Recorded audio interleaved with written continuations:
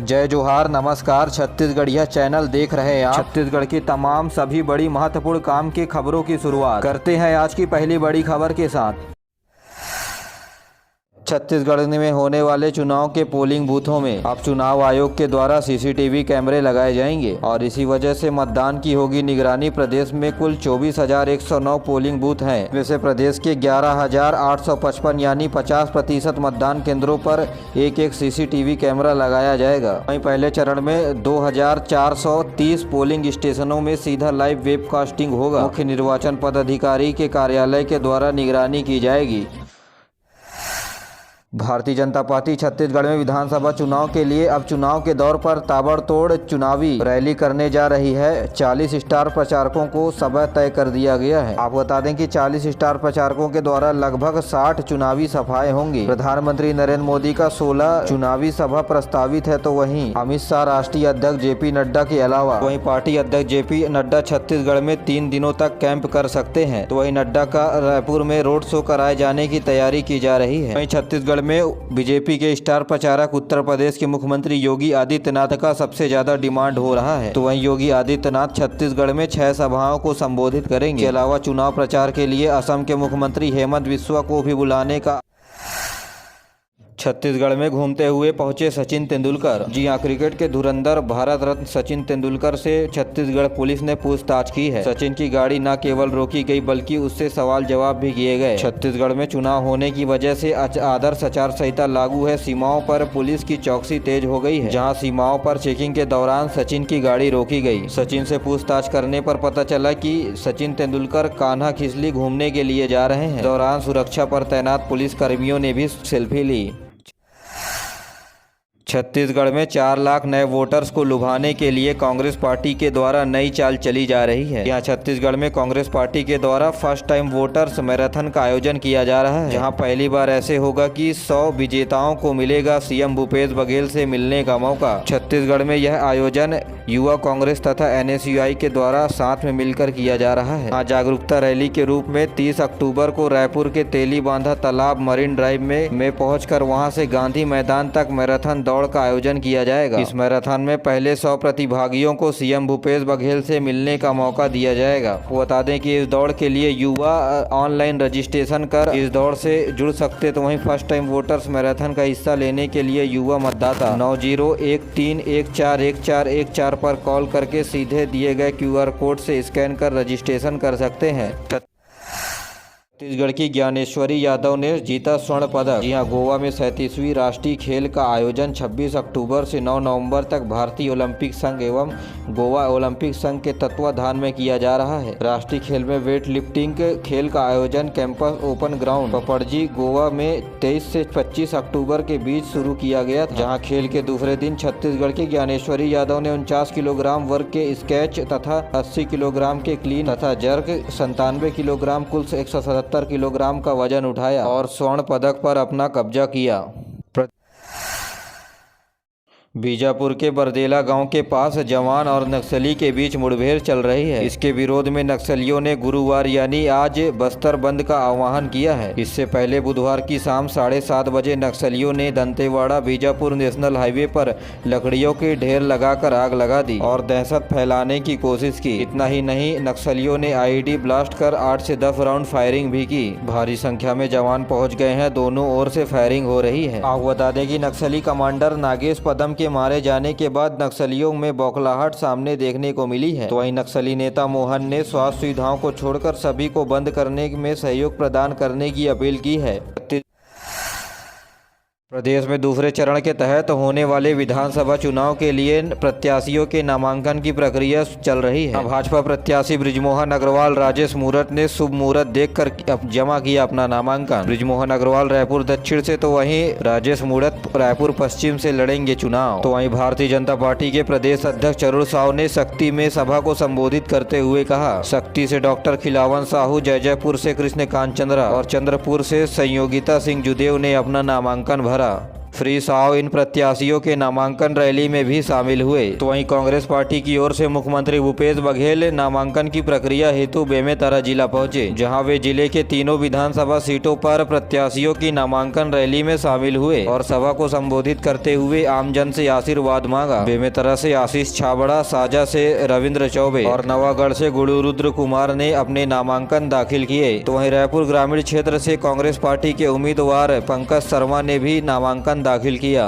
तो वहीं केंद्रीय न्याय अधिकारिता राज्य मंत्री रामदास अठवले 26 अक्टूबर यानी आज रायपुर प्रवास पर रहेंगे, जहां वे प्रत्याशियों के पक्ष में वोट डालने की अपील छत्तीसगढ़ की जनता से करेंगे। इसके बाद वे रायपुर के प्रेस क्लब के मोती बाग में आयोजित पत्रकार वार्ता को संबोधित करेंगे।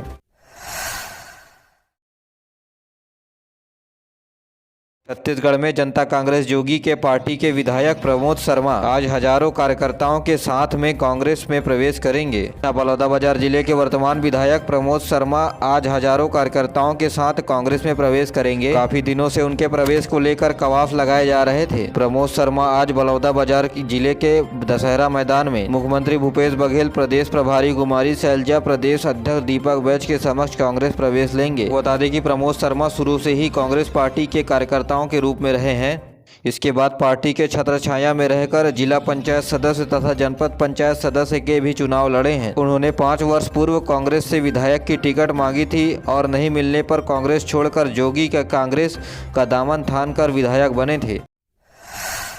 छत्तीसगढ़ विधानसभा चुनाव के तहत भारत निर्वाचन आयोग के द्वारा निर्मित सी विजिल ऐप के माध्यम से लोगों को द्वारा प्राप्त हो रही शिकायतों के निराकरण तेजी से किया जा रहा है। इस ऐप के माध्यम से अब तक 771 शिकायतें प्राप्त हुई हैं, जिसमें से 761 शिकायतों का निराकरण किया जा चुका है। वहीं सी विजिल ऐप पर तुरंत कार्यवाही हेतु एक संचालन के लिए कमांड सेंटर ही बनाया गया है। तो वहीं मुख्य निर्वाचन अधिकारी रीना बाबा साहेब कांगले के द्वारा इसे निगरानी पर रखा गया है। छत्तीसगढ़ में है 2017 में बनी पार्टी छत्तीसगढ़ जनता कांग्रेस जोगी ने अपनी प्रत्याशियों की दूसरी सूची जारी कर दी है। पार्टी ने अजीत जोगी की पत्नी रेणु जोगी को कोटा विधानसभा से टिकट दिया है, तो वहीं अमित जोगी की पत्नी रीचा जोगी को अकलतरा से टिकट दिया गया है। इसके अलावा चांदनी भारद्वाज को मस्तूरी से अपना प्रत्याशी बनाया है। इसके अलावा प्रेमनगर से जगलाल सिंह देहाती, पालीताना खार से छत्रपाल सिंह कंवर, बिलासपुर से अखिलेश पांडे, जयजयपुर से टेकचंद चंद्रा, कसडोल से बाबा मनहरण गुनाई, रायपुर ग्रामीण से मनोज बंजारे, गुंडरदेही से राजेंद्र कुमार राय,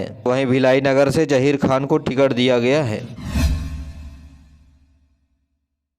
भारतीय जनता पार्टी ने छत्तीसगढ़ में विधानसभा चुनाव के लिए बचे हुए 4 उम्मीदवारों की चौथी और अंतिम सूची जारी कर दी है। इसी के साथ ही छत्तीसगढ़ भारतीय जनता पार्टी ने प्रदेश के सभी 90 विधानसभा सीटों पर अपने उम्मीदवारों की घोषणा कर दी है। पार्टी ने जिन अंतिम 4 प्रत्याशियों की सूची जारी की है, उसमें अंबिकापुर से राजेश अग्रवाल, बेलतरा से सुशांत शुक्ला, बेमेतरा से दीपेश साहू को टिकट दिया गया है। इसके अलावा वही भारतीय जनता पार्टी के एनडीए गठबंधन के सहयोगी निषाद राज पार्टी के कसडोल से केवड़ तथा धीवर जाति को साधने के लिए कसडोल से 5 किलोमीटर दूर गांव के सरपंच धनीराम धीवर को भारतीय जनता पार्टी ने कसडोल से अपना प्रत्याशी बनाया है। वहीं कांग्रेस पार्टी प्रदेश के सभी 90 विधानसभा सीटों पर अपने उम्मीदवारों की घोषणा कर चुकी है। गरियाबंद जिले के देवभोग तहसील के 45 गांव के किसानों ने क्षेत्र को सूखा घोषित करने की मांग को लेकर 9 गांव के ग्रामीणों ने लिया है न्यूनतम समर्थन मूल्य पर धान बेचने का निर्णय। आपको बता दें कि देवभोग तहसील के अंतर्गत 4 सहकारी समिति के अधीन आने वाली 45 गाँव के किसानों को सूखा घोषित व क्षतिपूर्ति और बीमा की मांग कर चुके हैं, जिसे लेकर एसडीएम ने कहा कि सर्वे अभी जारी है। बता दें कि लच्छी यादव के नेतृत्व में तहसील ऑफिस पहुंचे 100 से ज्यादा किसानों ने न्यूनतम समर्थन मूल्य पर धान नहीं बेचने तथा अन्य मांगों को लेकर ज्ञापन सौंपा है।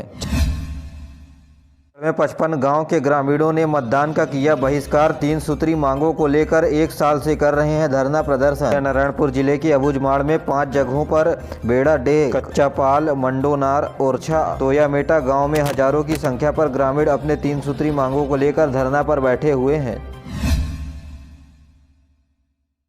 छत्तीसगढ़ समेत पूरे देश में एचईसीएल कर्मचारियों को दिया गया तोहफा 85,000 का बोनस। कुल 278 करोड़ रुपए कर्मचारियों के खाते में 85,000 रुपए प्रत्येक कर्मचारियों को बोनस के रूप में दिया गया है। पिछले वर्ष एचईसीएल के द्वारा कर्मचारियों को 76,500 रुपए का बोनस भुगतान किया गया था। इसके बाद इस साल 11% की बोनस में वृद्धि हुई है। बता दें कि इससे पहले 2010 में कर्मचारियों को 17,000 रुपए बोनस मिला था। 85,000 रुपए का बोनस 2,17,229 कर्मचारियों को दिया जाएगा। इस प्रकार इन कर्मचारियों के मध्य लगभग 1,800 करोड़ रुपए से अधिक की राशि का वितरण किया गया।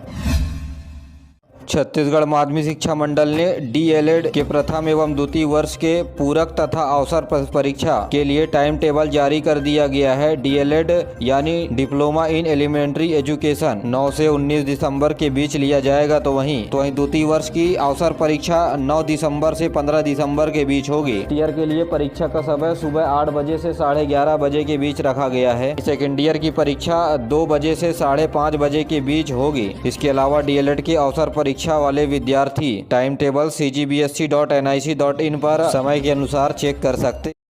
छत्तीसगढ़ के विधानसभा चुनाव के पहले चरण के लिए आज बस्तर दौरे पर रहेंगे कांग्रेसी नेता। कई विधानसभा क्षेत्रों का करेंगे प्रचार। महासचिव कुमारी शैलजा तो वहीं प्रदेश प्रभारी डॉक्टर चंदन यादव, संयुक्त सह जिला प्रभारी विजय जांडिया 24 अक्टूबर यानी आज हेलीकॉप्टर से सुबह 10:30 बजे जगदलपुर के लिए रवाना होंगे। वहां मां दंतेश्वरी दर्शन करने के बाद चुनाव प्रचार करेंगे, जहां रात्रिकालीन जगदलपुर में ही विश्राम करेंगे। तो वहीं 30 अक्टूबर को मुख्यमंत्री भूपेश बघेल नामांकन भरने वाले हैं। इस नामांकन रैली में शामिल होने के लिए प्रियंका गांधी 30 अक्टूबर को छत्तीसगढ़ आ रही है। इस दौरान पाटन में बड़े सभा को भी संबोधित किया जा सकता है। छत्तीसगढ़ में विधानसभा चुनाव के दौरान सुरक्षा हेतु कमान संभालेंगे 3,000 सीआरपीएफ के जवान। विशेष ट्रेन से पहुंच गए हैं दुर्ग। छत्तीसगढ़ में होने वाले विधानसभा चुनाव की कमान अब सेंट्रल पैरामिलिट्री फोर्स संभालेगी। रविवार को विशेष ट्रेन से सीआरपीएफ के जवान दुर्ग पहुंचे। 3,000 जवान नक्सल प्रभावित क्षेत्रों में निष्पक्ष और निर्भीक होकर चुनाव करवाने के लिए दूर अंचलों और शहरों में केंद्रीय फोर्स की तैनाती की जाएगी। वहीं मढ़ौरा स्टेशन से उतरकर प्रथम चरण के मतदान केंद्रों के लिए अलग अलग क्षेत्रों में इन जवानों को डिप्लॉयड किया जाएगा। इसके लिए 600 से ज्यादा बसें, सुमो कार, ट्रक